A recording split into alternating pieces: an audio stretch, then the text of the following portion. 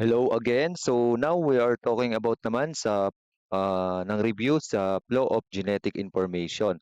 Okay, in this video we are talking about DNA replication. So let's move. So we know that there is a certain direction kung saan nagpo-flow yung ating genetic information from the DNA.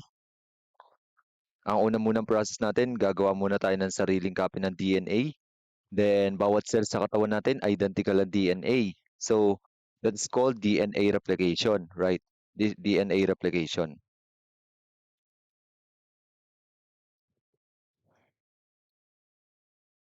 And we make DNA to become an RNA or messenger RNA. That's called transcription. That's called transcription. And after that, from RNA to proteins, that is called translation. Okay, that is the flow of the genetic information from the DNA itself that contains the information and transmitted by the RNA, and this RNA will be also translated kung anong amino acid ang kino-contain ng mga sequence ng DNA. Okay, then we can make proteins that is very essential or functional for your body. Now let's talk about in this video the DNA replication. Pero before that, we should know first the fundamentals of DNA replication. Now, why do we need to replicate the DNA? That's the first question that I throw to you. We need to replicate the DNA in order for the cell to replicate. Tandaan nyo, we need to replicate the DNA into what?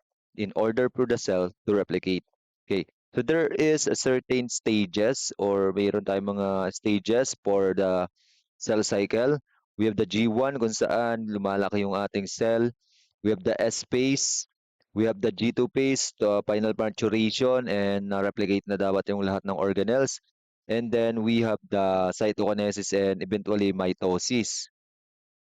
Mitosis that will result into two cell. Okay. So in the uh, cell cycle, the DNA replication happens in what? In what phase? S phase. Tandaan nyo, sa S phase po nangyayari ang DNA replication. Okay. DNA replication, saan nangyayari? S phase. Next, another fundamentals ng DNA replication is DNA replication is a semi-conservative manner. That is semi-conservative. So let me write semi-conservative. What does it mean? It means that a new copy of a DNA, two new strand is coming from this called the old strand. Okay, this is called what? The old strand. Yung old strand po natin, yan po kinukuha yung sinisynthesize yung new copy. So we have here the old strand. Then we make to separate that during the process of DNA replication, we separate that new strand separately. No, the old strand separately. And from that old strand, we can synthesize the new strand. Okay, we can synthesize what? The new strand. Okay, I make the new strand red in color. So, so we synthesize a new strand here. Okay, then complementary base pair. So, ibig sabihin po ng semi-conservative, final final copies po of ng DNA, yung two copies po is always contain a new and an old. Always contain what? New and old. Always contain new and old. Okay, we have the old, we have the new. So this one, the red is new. It's being synthesized by the enzyme of the DNA replication. Okay, like the polymerase, DNA polymerase. Now for this next concept, the direction. Again, nasabi ko na po yung direction. A direction of a DNA synthesis is from 5' papuntang 3'. Okay, so let's say ito po yung natin, unwinding ng DNA. Nare-replicate po natin siya, 'di ba? So pag-replicate po niyan, let's say this is the 3' end of this polynucleotides, yung ating old strand, and this is the 5' end. And anti-parallel po lagi sila. 5' yung kabila, tapos 3', then nag-separate. So if we're going to synthesize that, ang direction po lagi ng ating mga enzyme to synthesize that strand is from 5' to 3'. So uh, kukunin po natin yung complementary nito. So yan pong nakikita natin yan is yung kanyang unahan is 'di ba 5' kasi it should be opposite with this other side. Then yung kanyang likod po, 'di ba, that is 3'.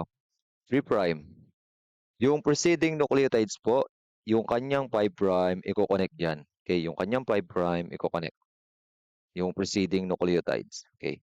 So yung 5' end nung preceding iko-connect diyan, then we make the complementary. Okay. So ganun lang po yung synthesis. Okay, 5' to 3'. So again, kung nakikita niyo na naman po, ang atin pong ending again is a 3' end ulit. Then yung 5' po ng preceding nucleotides iko-connect po uli doon. Okay, ganun lang po yung kanyang direction lagi ng synthesis. And tuloy-tuloy lang po yung process na yun. Like what you see here, 3', connect yung 5' preceding. 3', connect yung 5' na preceding. 3', connect yung 5' ng preceding. 3', connect yung 5' ng preceding. 3', connect yung 5' ng preceding. Then we make the new strand in that direction. Sa kabila naman po, kung po tayo ay dito naman po mag-uumpisa ang synthesis. Mag-uumpisa po tayo sa for example, primer. Then meron po tayo ditong 3', ito yung kanyang 5'. Tapos yung incoming nucleotides dito po iko-connect yung 5' niya. So 5', iko-connect sa 3'. 5', iko-connect sa 3'. 5', iko-connect sa 3'. Okay? Yung 5' end nito iko-connect sa 3'. 5' end iko-connect sa 3'. 5' end iko-connect sa 3'. Okay? Again, ano po yung end nito? 3'. No, right? 3'. Tapos yung incoming 5' po ng preceding nucleotide iko-connect dun sa 3'. So ganun po So, tapusin na natin yung replication nitong anong ito, sample. 5' iko-connect sa 3'. Yan. And we make the copy with that direction. So 5' to 3' po, that is the direction of the DNA synthesis. Okay? Pakatanda po, 5' to 3'. Another concept. Next, the DNA synthesis is bidirectional. DNA synthesis is bidirectional. Or DNA replication pala. Bidirectional. Okay? So, habang pong nangyayari ang direction pong ito ng synthesis, for example, ano nga po ito? This is 5', this is 3'. Okay? So, habang po nangyayari ang direction na yan, guys, yung 5', 3' na yan, nangyayari din po yung synthesis dito sa kabila, yung 5', 3' sa kabila. For example, this one, ang direction po niya ay papunta dito sa direction na to. Then yung kabila, pumunta. At the same time po, nangyayari sila parehas. No, bidirectional po. Same is true with this one, unwind DNA po. Pag nagkameron po tayo ng synthesis dito ng DNA, so habang habang nagsisynthesize po tayo dito sa kabilang side, yan, ng copy with this complementary, ay at the same time ay nagsisynthesize din naman po tayo dito sa kabila. So that is bidirectional with both direction po. Then ito po, again, bidirectional din po ang pag-unwind ng DNA. This one, ikakat po yan ng ating enzyme, nagkakat nitong mga base pair dito ng mga hydrogen bond, that is the helicase. For example, i-unwind ng helicase. Bidirection din po ang pag-unwind yan kung ibubuka yung DNA. So, i-unwind po natin yung DNA. Then, yan, open na po yung DNA. Yan. Tapos, yung ano po natin dito, process ng ano po, magkakameron po ulit tayo dito ng synthesis. So, unahin po muna natin yung ano, nasa taas. Yan. Tapos magkakameron na po ulit ng panibagong synthesis. hanggang eventually at the end maging dalawang DNA na po. For example, ito po, meron po tayo ditong mga ano na DNA. Tapos magkakameron pong primer again, then magsi-synthesize po dito. Ay, another direction nga pala dito papunta doon. Yan. Okay. So eventually at the end, hanggang matapos hanggang dulo, yung ano, for example, ito i-unwind uli. Unwind uli siya ng ating helicase. Helicase po yung nag-unwind para bumuka yung DNA. So, bali po, tuloy-tuloy lang po uli yan dito. Then, opposite direction po tayo. Ito ay papunta dun sa direction na yon. Magkakameron uli siya ng complementary base pair. Tapos, yan.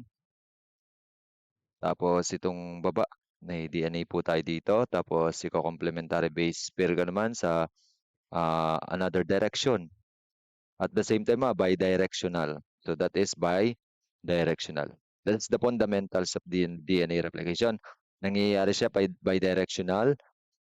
Semi-conservative siya. Ang direction niya ay 5' to 3' ang synthesis. And sa space nagaganap siya. And then why do we need to replicate the DNA? Because of the cell in order to replicate. So punta tayo sa DNA replication. For this video po, i-cover natin ang DNA replication. Okay. So for the DNA replication, we have the first process which is initiation.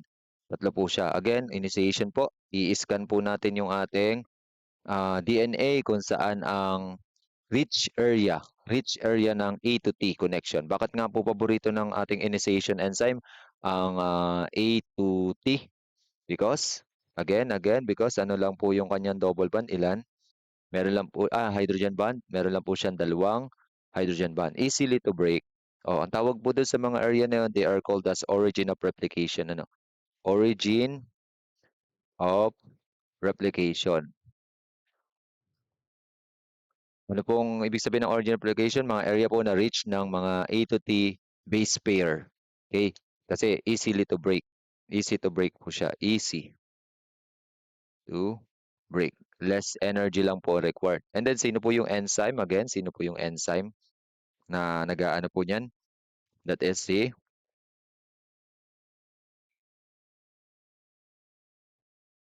nga po yung enzyme? Pre-replication protein complex. Okay.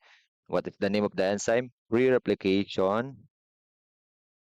Again. Pre-replication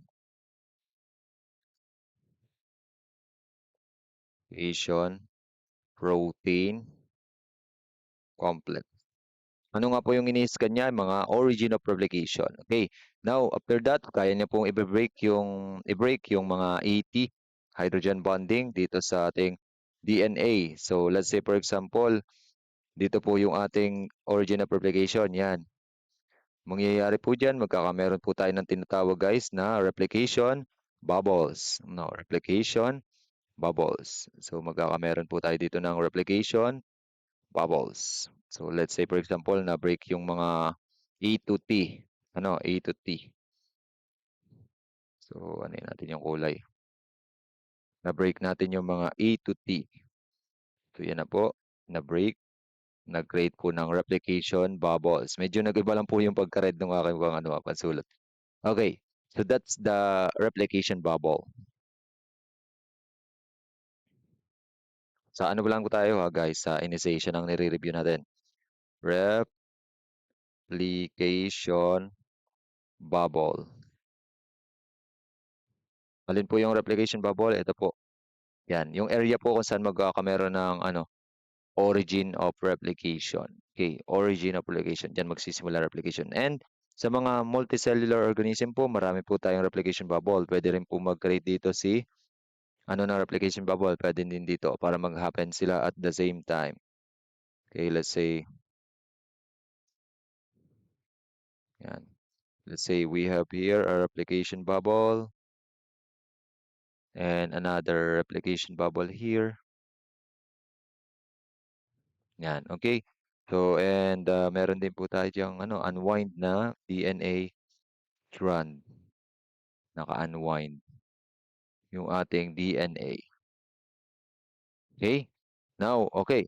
Next po is yung ating po replication bubble, it is vulnerable. It is vulnerable. Vulnerable siya sa atake ng ating mga for example, yung sinabi ko sa inyo, yung nuclease enzyme.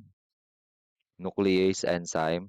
Ang nuclease enzyme po, binibreak niya yung phosphodiester linkage. Ano binibreak niya sa DNA? Yung phosphodiester. Ito po, yan yung mga phosphodiester. Puputol-putulin yan ng nuclease enzyme. Lalo na vulnerable po pag naka-open ang DNA. Pwede po siyang atakihin ng nuclease enzyme. And also, vulnerable din siya sa pagre-reanneal or pagre-reconnect. Kasi nga po, sabi ko nga sa inyo, meron pong mga partial positive at partial negative sa kabila. Mag-a-attract lang po ulit sila at babalik sa dati. Sino po yung magpo-protect diyan para hindi siya mag-reanneal at hindi atake ng nuclease enzyme? We have this so-called enzyme, the pre-replication protein complex. Ano? The No, hindi pala si pre-replication protein complex, si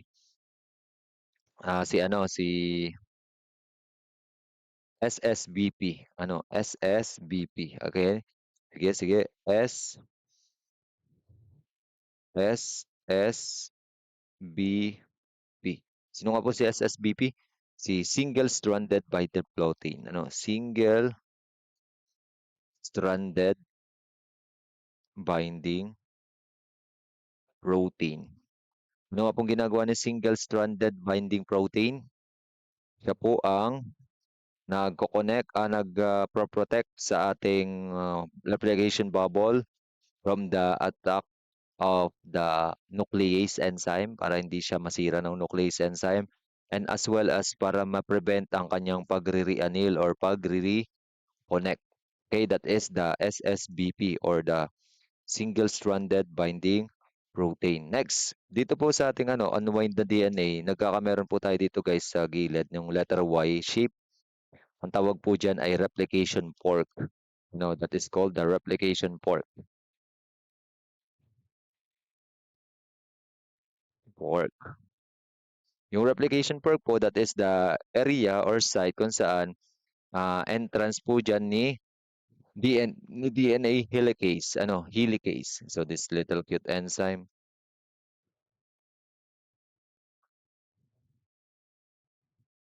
Yan, meron po tayo dyang helicase. Yan. Si helicase po, siya po yung break ng mga ano po dito, mga complementary base hydrogen bond. Okay, binibreak po niya yan. Para po lumuwang ng lumuwang at lumawak ng lumawak ang ating unwinding ng DNA ha.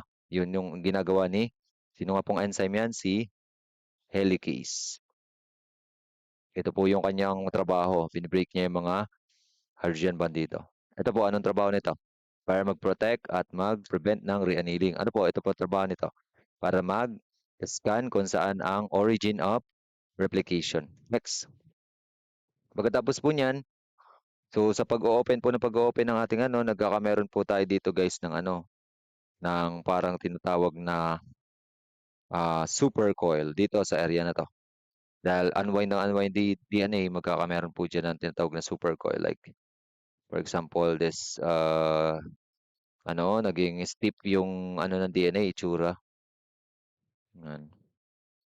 Parang magbubuhol-buhol siya. That's called the super coil. Ano guys, super coil. So, sino po mag-aayos ng super coil?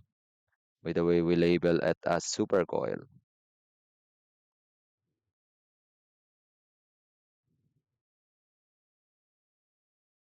Sino po yung mag-aayos ng super coil? Ay di yung sunod na enzyme natin, yung letter T na may dalawang subunit. Sino nga po yung niyan, pangalan? That is the topo isomerases. Topo. Bali yung T na yan talaga yan, O, topo isomerases. Madami po sila kaya isomerases. That is topo isomerases. Meron po siyang dalawang kamay. We have the ligase subunit and the tawag dito, yung nuclease subunit. Yung nuclease subunit na kamay po niya, nuclease, siya po yung nagkakat nung mga phosphodiester para po mag-relax yung DNA, luag. Then, sino naman po yung magbabalik ng mga pinagkatan para umayos na yung DNA? That is the ligase subunit. Okay, ligase. Yan po. Dalawa pong kamay niya, ligase subunit at saka nuclease subunit. Okay. Meron po tayong ilan type? Meron tayong tatlo. We have the type 1, type 2, and type 4. Again, yung type 1 and type 2, present po yan sa mga eukaryotic cell. Eukaryotic cells. And then type 2 and type 4, present po yan sa mga prokaryotic cell. Ano po diyan, tinatanong, ito pong type 1, wala po siyang required na ATP. Yan lang po, no ATP required. Pero yung type 2 and type 3 po, ito pong dalawa, with kailangan po niya ng ATP bago gumana. Yung isomerase type 2 and type 4. Ang type 1 po, no ATP required. Now, sa clinical correlation nga po, sinabi ko sa inyo na may mga gamot po or drugs para mapigilan ang replication ng cancer cells. Di ba? Meron po tayong cancer cells, clinical correlation na. Cancer cells, yung cancer cell po, fast replicating po yan. Fast replicating. Mabilis po silang mag-replicate. So that's why pwede nating pigilan yung DNA replication ng cancer cell sa pamamagitan ng mga drugs na nagta-target or chemodrugs dito kay topoisomerase. For example, we have for the topoisomerase type 1. For the topoisomerase type 1, meron po tayo diyang tecan, at saka topotecan drug. Gamot po yan, gamot. Next, for the type 2, meron po tayong ah, toposide at saka tinoposide. Tinoposide. And then for the bacterial cell, also bacterial cell, when it infects your lungs or your system, they replicate. So, pipigilan din muna din ang replication ng cell nila sa pamamagitan ng pag ah, pag ano, pagpigil sa replication ng DNA nila. So, sa pamamagitan po ng gamot na target sa type 2 o Poisomerase type 2, yung antibiotic na tinatawag natin na grupo ng antibiotic na fluoro, fluoroquinolones. Quinolones. Yan po. Antibiotic po sila. Then, ang ginagawa po niyang mga anong yan, mga medicine na yan, or drugs, ini-excite po nila si topoisomerase para gupitin itong DNA strand here. Gugupitin lang niya ng gugupitin. Excited po yung kanyang nuclease subunit. Then, deactivate po yung ligase. So, gugupit lang siya, hindi na siya mag-stitch. Kaya matigil yung DNA replication. So, yun po. Yun po yung ating initiation process. Okay. So, I hope ay clear po sa inyo ang initiation na kung paano nangyari and ano po yung clinical correlation niya. Then, let's go to the elongation. So, let's say, for example, we have this unwind area. Yung ating replication bubble. Let's open again yung ating replication bubble. Okay. And dito sa kabila po, mag-create din po tayo ng another replication bubble kunyari. Pero ganun po talaga nangyari sa eukaryotic cell. May multiple po tayo. Origin of replication, nag-unwind. Then another po dito, meron po tayo uli na unwind na DNA. Yung ating replication bubble, open na din here. Then separated po yung ating mga DNA old strand sa magkabila. This one here. Yan. And nakaset up na po yung ating mga enzyme ng initiation. Andyan pa rin po sila para tuloy-tuloy lang po yung process ng DNA replication.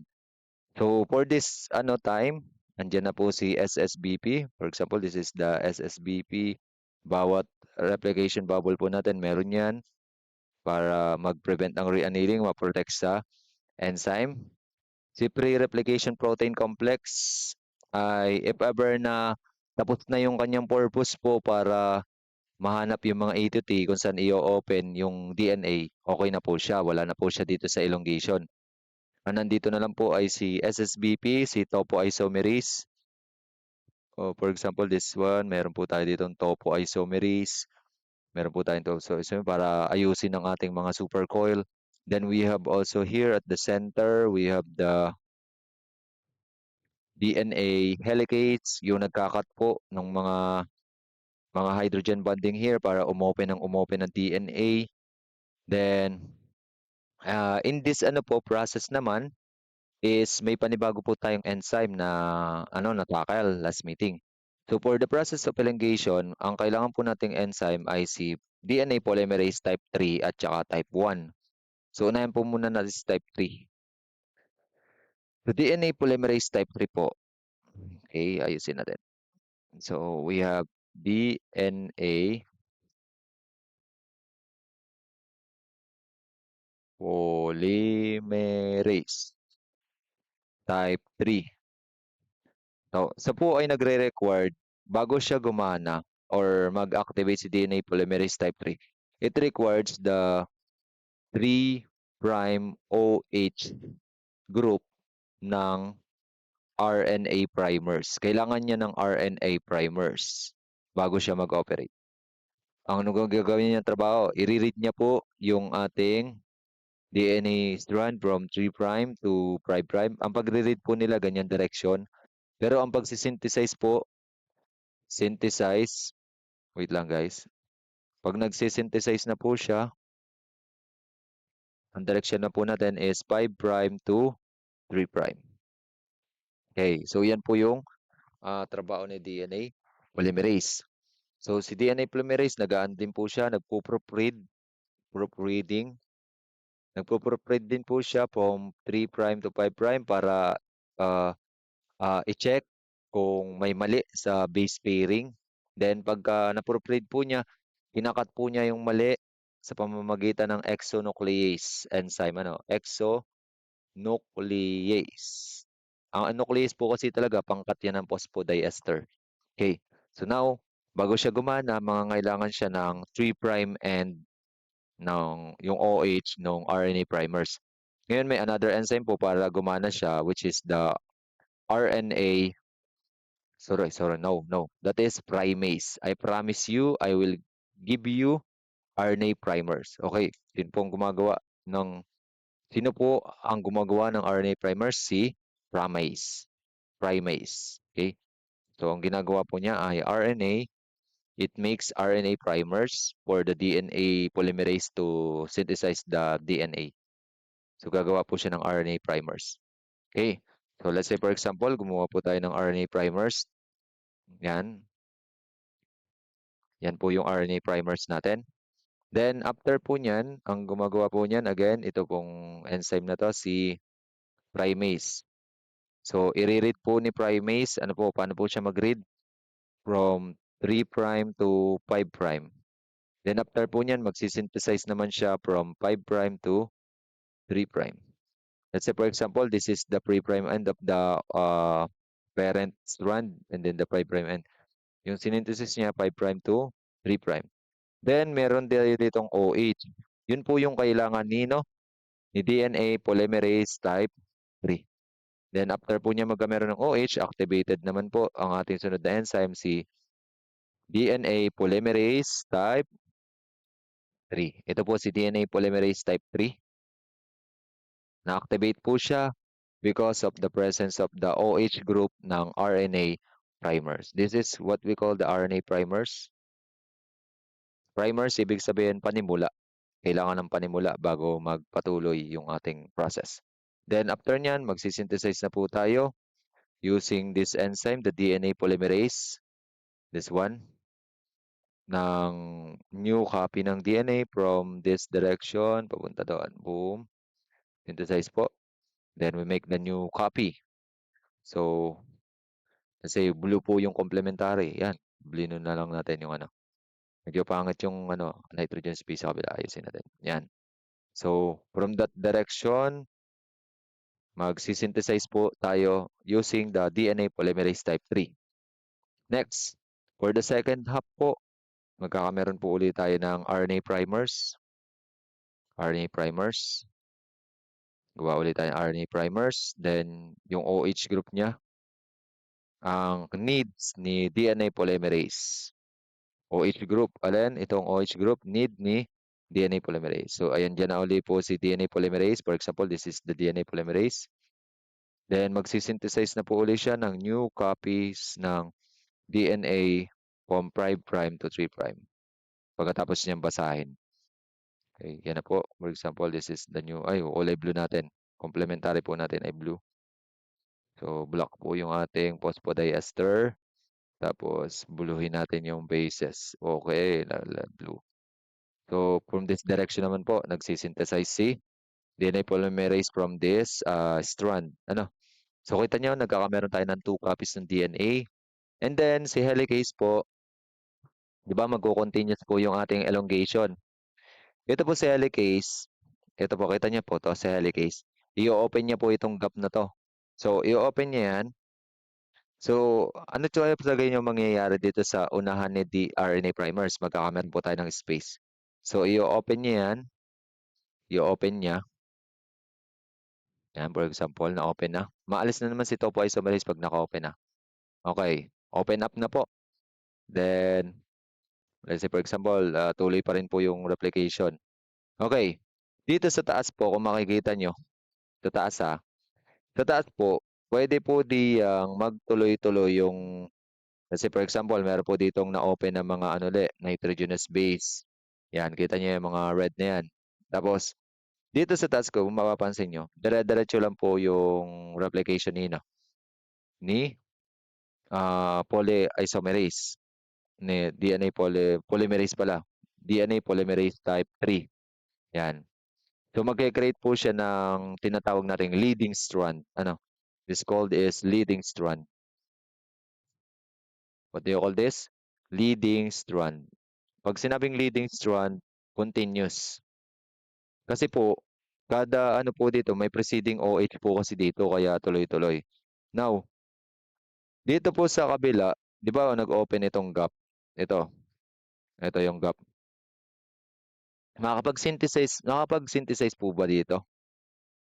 Hindi, 'di ba? Kasi nga ito pong nasa unahan ni phosphate, hindi po OH. Ang kailangan magsimula siya sa OH plus. Kailangan po siya magsimula sa OH, hindi dito sa phosphate head. So wala po tayong nade-detect ditong OH. Kaya hindi makakapag-synthesize uli si DNA polymerase type 3. So anong gagawin? Kailangan po mag-create uli ng another RNA primers. So gagawa po ulit tayo ng RNA primers para yung OH niya, yung OH, wait lang, yung OH dito, yun po yung i-detect ulit ni DNA polymerase. Yun, may DNA polymerase po ulit. Then yun pa lang po tayo ulit makapag-synthesize ng another copy of DNA. So, let me, na po ulit yung complementary base. Yan. Then, kita niyo po ulit, may gap po ulit yan, dahil nag-unwind na nag-unwind. Kakailanganin po ulit natin ulit maglagay ng RNA primers. RNA primers ulit. Then, magsisynthesize po ulit tayo using the polymerase kapag may na-detect siyang OH. Kailangan po niya kasi makita may OH doon bago siya mag-synthesize from 5' to 3'. Then, magsisynthesize po ulit tayo ng DNA po gamit ang RNA primers from that OH ng RNA primers natin. So, yan po. So, ganun po. So, kung mapapansin nyo, may pagkakaiba po yung itsura ng tuloy-tuloy pa po yan, guys. Hanggang dito pa po. Kunyari, open pa rin po to. Yan, open. So, tuloy-tuloy. Kailangan po uli ng, dito. Kunyari, dulo na. Kailangan po uli ng RNA primers na yung kanyang OH group, yun doon na-activate si polymerase, DNA polymerase. Then, magsisynthesize po ulit tayo ng DNA. Here. Okay. Kung mapapansin nyo, yung taas, di ba OH group ito? So, tuloy-tuloy lang dito sa taas ang synthesis. Tuloy-tuloy lang, continuous. Ang tawag po do'n leading, leading kasi laging may preceding OH. Dito sa baba, kada expand po kasi ng DNA, walang preceding OH kaya laging maglalagay ng RNA primers. Tapos tsaka pa lang magsisynthesize ng DNA. Ang tawag naman sa nasa baba na discontinuous is lagging strand. Okay, lagging strand. When say logging, ibig sabihin putol-putol or discontinuous. Okay, that thing na putol-putol din po, that is called the Okazaki fragment. Ano? Okazaki fragment. When you say Okazaki fragments, that is the alternating DNA and RNA. Ano? Kasi we have DNA, then RNA, DNA, then RNA, DNA, then RNA. Tapos fragmented po sila kaya tinawag silang lagging strand. Doon naman sa kabila, continuous po ang pag-synthesize ng DNA, puro DNA po yan. So bale ang lagging strand ditong sa kabila, dito naman magsisimula. Okay? So yan yun po yung itsura ng sa DNA elongation. So meron po tayong isa pang enzyme kasi nga po, let's say for example, ah nag-unwind po yung ating tapos kailangan po nating tanggalin yung mga RNA primers dahil hindi puwedeng puro may mga RNA primers 'yan. Hindi puwede itong mga RNA primers, 'yan, kailangan niyang tanggalin. Kailangan po natin ng another enzyme, si DNA polymerase type 1 naman po. DNA polymerase, type 1. Ano po yung kanyang trabaho? Bale ang ginagawa po ni type 1 ay kaparehas din po ng kay type 3. Kailangan din po niya ng 3' end din RNA primers, magsi-synthesize din siya, nagre-reads din po siya from 3' to 5', nagpro-proofread din po siya, and also nagsi-synthesize din po siya. Then ang pinakang po niya, pinaiibang niya, nagre-remove po siya ng remove RNA primers. Yan po yung naiiba lang sa kanya. Magkapatid po sila ni DNA polymerase type 3. Ang pagkakaiba nga lang niya, nire-remove niya yung mga RNA primers using the 5' to 3' exonuclease enzyme. Exonuclease enzyme. Yan po yung kanyang strategy para ma-remove yung ating mga RNA primers. So, ang gagawin niya dyan, i-remove niya itong RNA primers, tapos sisynthesize siya from 5' to 3', magsisynthesize siya from 5' to 3' ng DNA molecule from this OH group ng preceding DNA. So, gagawa po siya ng another DNA na po, hindi na RNA primers yan, DNA na. Then, itong primer na to, tatanggalin niya uli, tapos papalitan niya ng DNA, yan. Tapos, RNA primer, tatanggalin niya, pinapalitan niya ng DNA. So, ganun po yung ginagawa ni DNA polymerase type 1. So, dito may RNA primer pa. I-remove po niya yan. Tapos, papalitan niya ng DNA. Kung mapapansin niyo, nagiging continuous na po na puro DNA na po as the process of elongation continues. Tapos, dito sa taas, tatanggalin po uli natin yung RNA primer. Gagawin niyang DNA. So, kung mapapansin niyo, almost DNA na po. Okay? Wala na po yung mga RNA primers. Okay? Now, yung pong mga pag-aano na po yan, since dito lalo-lalo na sa Okazaki fragment or doon sa laging strand dito sa baba, nagkakameron po ng mga little gap. Tandaan nyo, may mga little gaps po. Yan. Yung mga gaps na yan, ang nagsisilb naman po niyan ay si DNA ligase ha. DNA ligase. DNA ligase seals the gap. So for example, may gap dito, bubuuin niya yan, bubuin. Then, eventually po, tuloy-tuloy lang yung process na yan hanggang sa separated na po yung strand ng DNA. Let's say, for example, sa termination po, ganun po. For example, ay open na, open na. Kita niyo po itong itong direction na to. Open na yan, kunyari, lahat. Yan. For example, this is the DNA. Let us, wait lang. From that, itsura, naging ganito na po siya. Almost open na po. Tapos, we make na po, like this. magkaka-make na po tayo ng separate na 2 DNA strand, then tuloy-tuloy lang po yung mga polymerase natin. So, that's the original sequence. Then, mayroon na po siyang complementary na sunod na strand, the new strand. Then, doon na po nagtatapos ang DNA replication. Ang tawag po doon ay termination. Termination na po. End na po. So, then, another. Yan. So, bale guys, meron po tayong final copy ng DNA, dalawang copies. Yan. Okay na. Eventually, ganito na po yung itsura niya. Pag tuloy-tuloy pa po, kita niyo po itong process sa taas. Pag tinuloy-tuloy pa po ito from this direction and this another direction sa kabila, na magiging ganito na po, dalawang gantong DNA strand. So, ganito na po yung magiging ano niya sa huli, ending. So, that is the termination. And also sa termination, madi-disassemble na po yung mga enzyme natin. Si DNA polymerase will go out, ano, go out na po siya, alis na po siya, and then hanap uli siya ng another process ng DNA replication. Okay, alis na po yung mga DNA polymerase, alis na rin po yung mga single-stranded binding protein, and the other, part ng DNA replication.